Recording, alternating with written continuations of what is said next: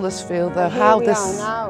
How can it be destroyed? Trying to save this field. At the beginning of the February, as they made the decision that they were going to rip this field up, and that's when I become involved in it, because I thought, no way. I can come here and get fresh air, I can see people, but I can come here and talk to people. When he was 11. Well, I went there to a youth club. I'm not saying how old I am now, but it's a lot more than 45 years ago that I went there. And we often used to come round here in the summer. Yes, she had the dog, she'd run the dog, but then we'd come to youth clubs overnight. As you said before, Jan, you can come here and get fresh air. Yeah. I mean, you know, this rubber crumb, it's toxic. It's been proven in other countries. They're ripping it up now. They're ripping it up in the Netherlands, completely ripped it up. Litherland Ward, I've looked around Litherland Ward. There is not one green space in Litherland Ward.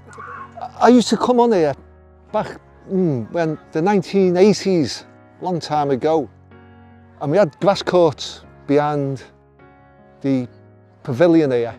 It's a sad situation where they weren't artificial, they were genuine grass courts, and as time went on they've been taken away. They could have a children's play area there. Okay, that's fine, children's play area, but they got bare grass on the other side. And surely you can have facilities for everyone and everything there, natural. I was brought up here, so I knew about Silcocks and the fields and all that.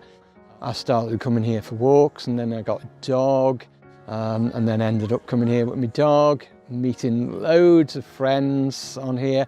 Now that I haven't got a dog, I still come out here most mornings, still talk to everybody that comes on with their dogs and those people that come on just for a walk.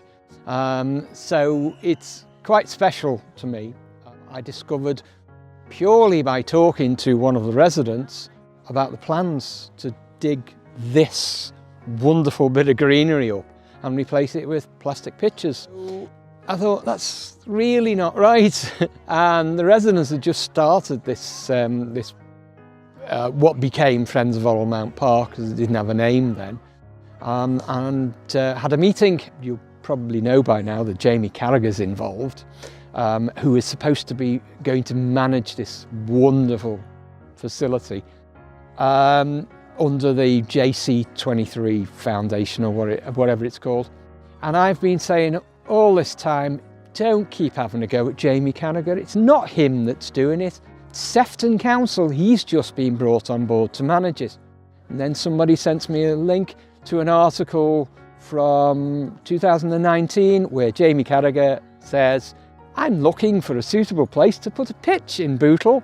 Wouldn't it be nice if we had pitches all over the country named after everybody's sporting heroes, like an Alan Shearer pitch in Newcastle and a Steven Gerrard pitch up in Huyton? And it became obvious that what he wants is a Jamie Carragher pitch in the middle of Bootle. And it doesn't matter that he's going to steal all this land to do it. For a year now, we've been trying to get Jamie Carragher and the JC23 Foundation to talk to us, and they just ignore everything. So he's prepared to steal this land for his legacy, but not prepared to talk to us about it. So where do we go from there? I'd like to say to the councillors, do you really want your legacy to be kids who are playing on those pitches to end up with cancer in their 20s and 30s, or perhaps later? Do they really want that to be their legacy? Because there is mounting evidence, and the council in their consultation document say that there isn't any reason to be worried about health and safety. Well, there's mounting evidence that there is. And I'm reminded of my own experience in younger life, when my father, who was a plasterer who worked with asbestos a lot, was telling me it was perfectly safe. Hence this. He was x-rayed and they found the telltale circular lesions which were associated with an asbestos-related disease.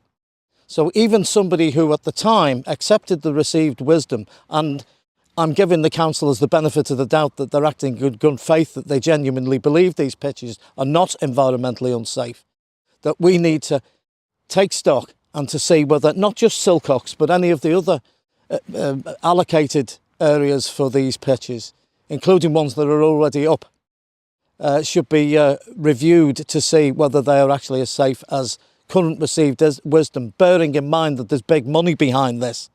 Is actually as valid.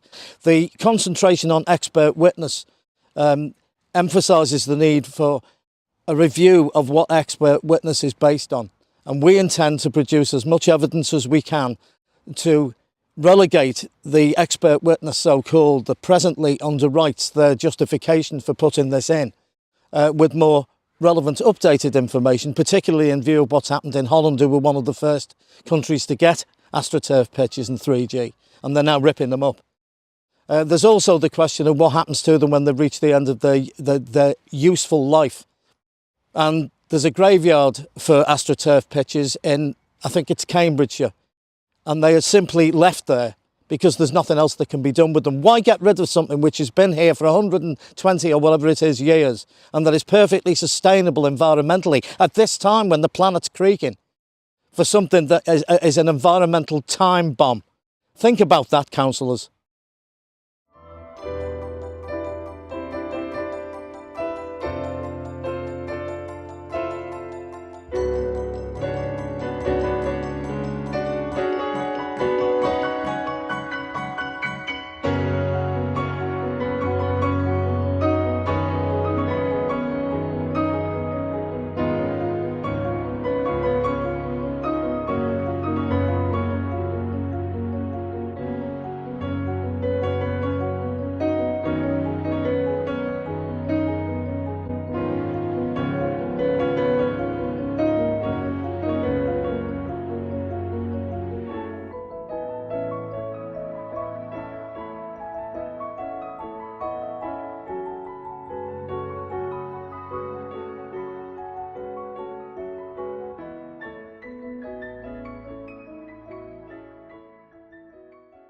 Yeah, I used to always come over here. I've enjoyed my time, you know, as a kid at the park. We used to go in the pavilion when it used to be open. There used to be like youth clubs and stuff there that we could go in. You know, we could even go in for an orange juice. I found out that they were wanting to get rid of the field and put 3G pitches. So I phoned Sefton Council Planning Department, you know, regarding this, because I'm heartbroken. It's absolutely disgusting what they want to do. You've got all these 3G pitches that, one, all of them don't get used. So we're going to have this now that's probably not going to get used. We've got the neighbours who are going to hear bang, bang, bang all night, and Sefton Council can say they can pour to stop the noise. It doesn't stop the noise. My friend lives up by Girls, and she doesn't stop hearing that till they shut. Two quick memories of mine. The first one was my kids used to go to this pavilion to a play school come nursery. They loved it, and it was dead handy for everyone around here. And that's one issue. The other one predates our old Mount Park. It was when it was Silcock sports field, and I used to run a football team called Netherton Villa, and one of the members of my team had a brother who played for Silcock's football team, and he arranged a pre-season friendly with Silcock's on this field here. Brilliant day. I went back into the pavilion afterwards, where I experienced my first ever pint of Watney's Red Barrel. So, a lot of what's happening on Silcock's, Oral Park obviously, is connected to what has gone on at the old St Wilfrid site. So basically what happened there was a covent on the pitch as the St Wilfrid's that isn't really due to be up until August of 22. So for a long time I've been asking for evidence of where the local authority went to the Secretary of State asking for the permission to actually sell the fields off. I was also asking for any evidence around the Section 106 money, and asked for any evidence that we could actually just look at the disposal of playing pitches on St Wilfrid's. And from what I've researched about a unilateral agreement, it's a legal binding document. So again, it uses lots of, the answers that they gave me, gives lots of things like that, like I believe. Well, it's not what you believe, it's what does the document mean? Now, they never got their, I did write it to their legal department, Wayne Johnson, 14 local councillors who are part of the planning committee as well, some of.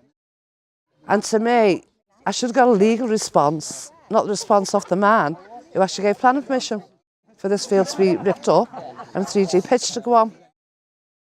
So I've gone back with many, many questions. A friend also said to me, use this opportunity to get as much information off Sefton as you can. So I have pushed for lots of different issues and I'm still waiting the response of it. But again, I stand by, we're trying to get some legal advice if we can, but I stand by that this legal document should be enforced. Yeah, it's also granted that it should have stayed within Litherland Ward. Litherland Ward has got no green space at all. It should have stayed in Litherland Ward. The picture should have stayed on St Wilfrid's, really. I live facing the Silcock playing field here, and one of my personal concerns is maybe noise pollution of the balls banging until 10 o'clock at night.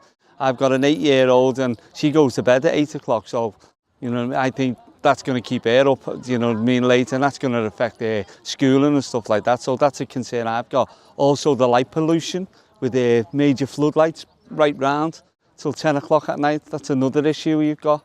But in general, the community just want to keep this field, you know what I mean? It's been here for 80, 90 years. They've never had any problems, and now Sefton Council want to come along and put a plastic pitch on there, which for us, it's a no-go.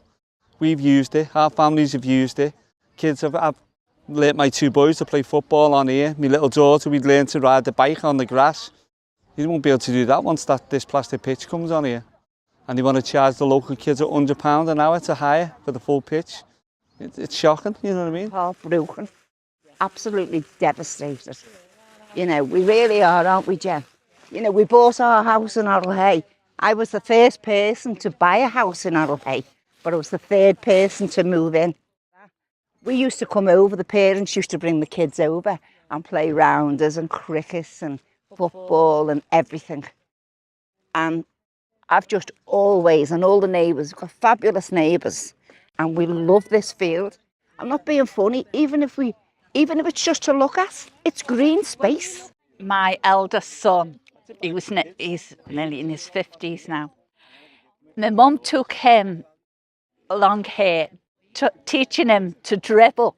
And he says, that's why I'm crap at football, is it? Because my nan too was trying to teach me to dribble the football.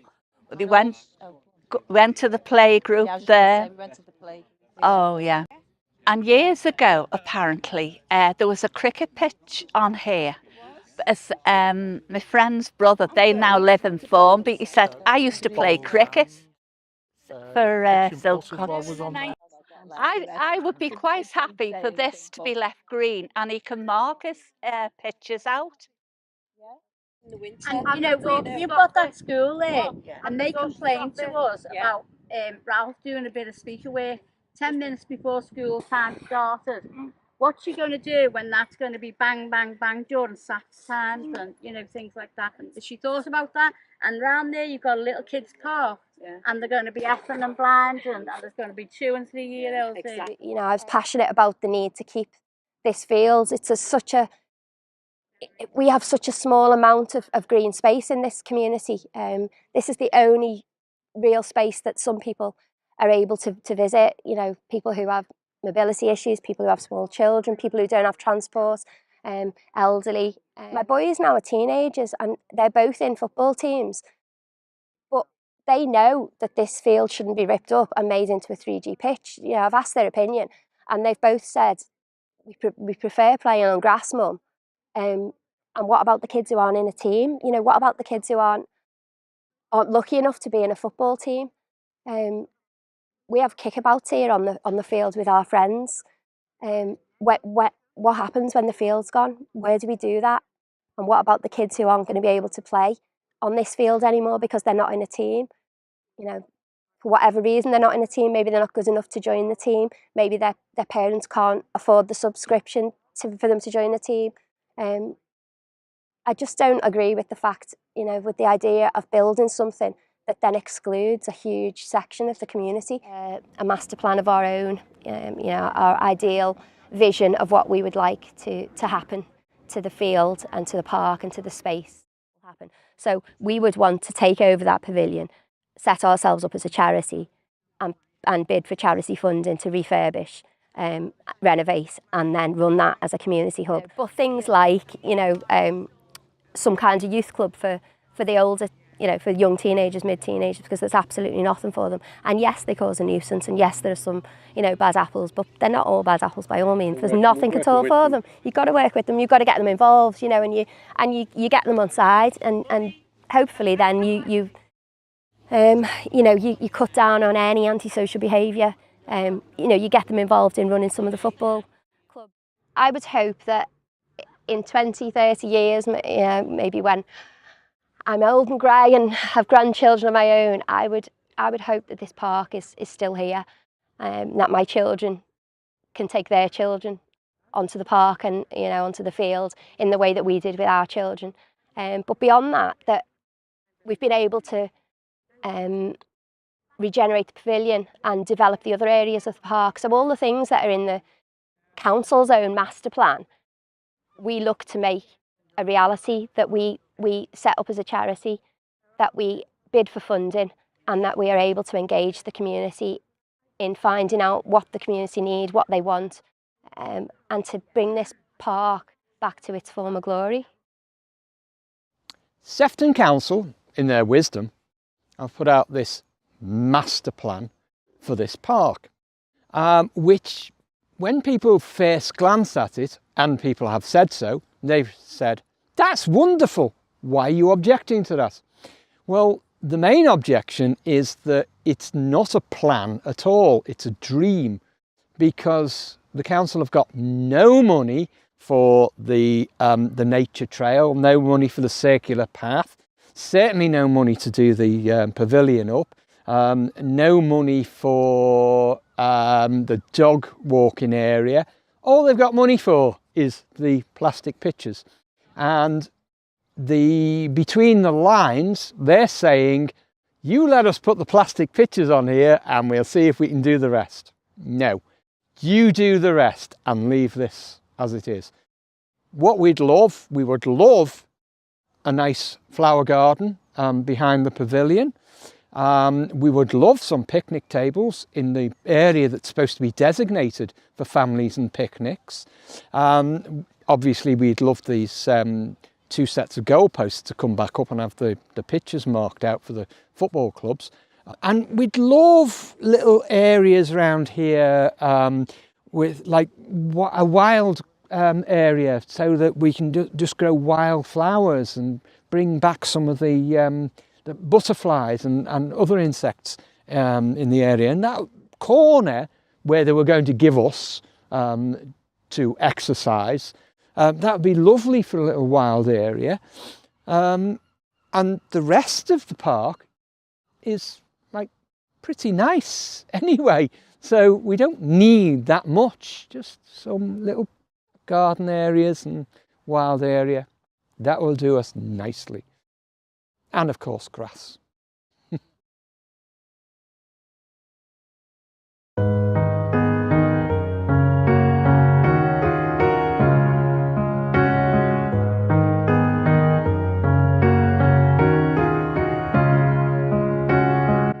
Lovely, lovely.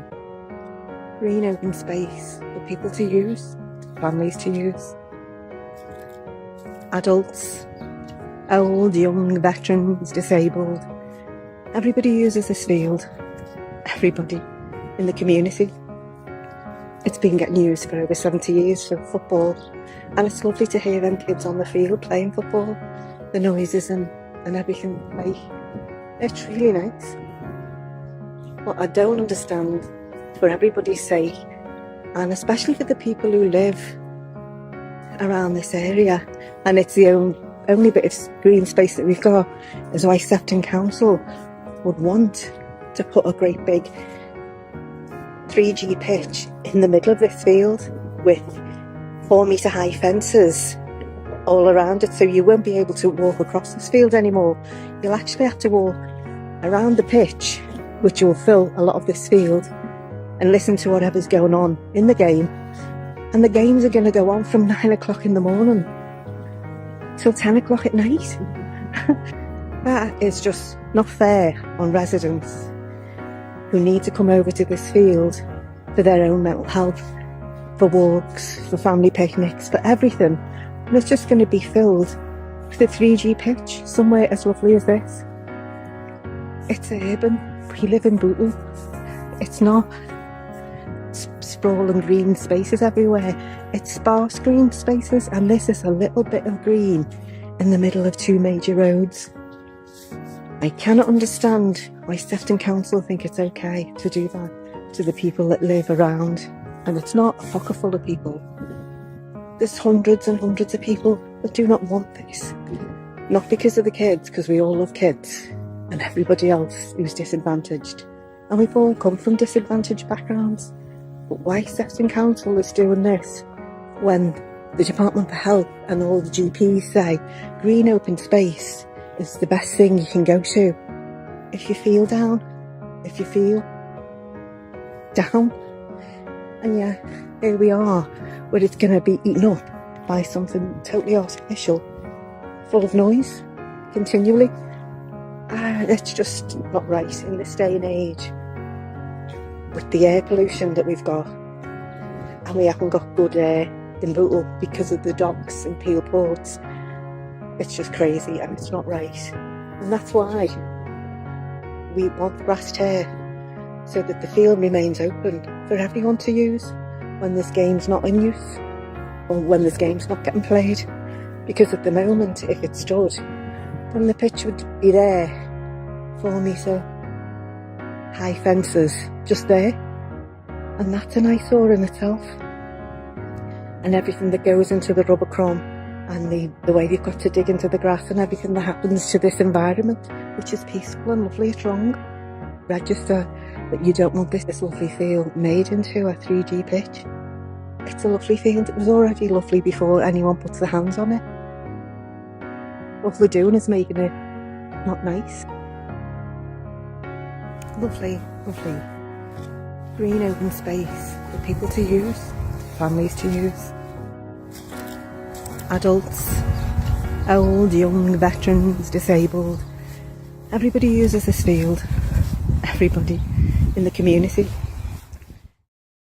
So we'll be looking to access that funding initially to refurbish and renovate the pavilion, in order that we could then engage the community and discuss with them what they would want and need as a community space, a community hub. We've got lots and lots of ideas already collected from all aspects of the community. So we've spoken with young children, we've spoken with teenagers, we've spoken with adults who use the field, and elderly residents, local residents, and you know, there's a whole list of things that we would like to do, and they would like to see happen in and out of the pavilion. So in the pavilion and in the other areas of the park.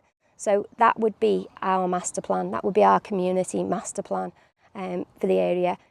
That needs to be properly funded. That's what we're in the process of doing now. We're in the process of putting together a proposal for an alternative to Sefton Council's master plan, but one which engages the community, one which we've consulted the community on, and which we will continue to engage and consult with the community on, ensuring that becomes a reality.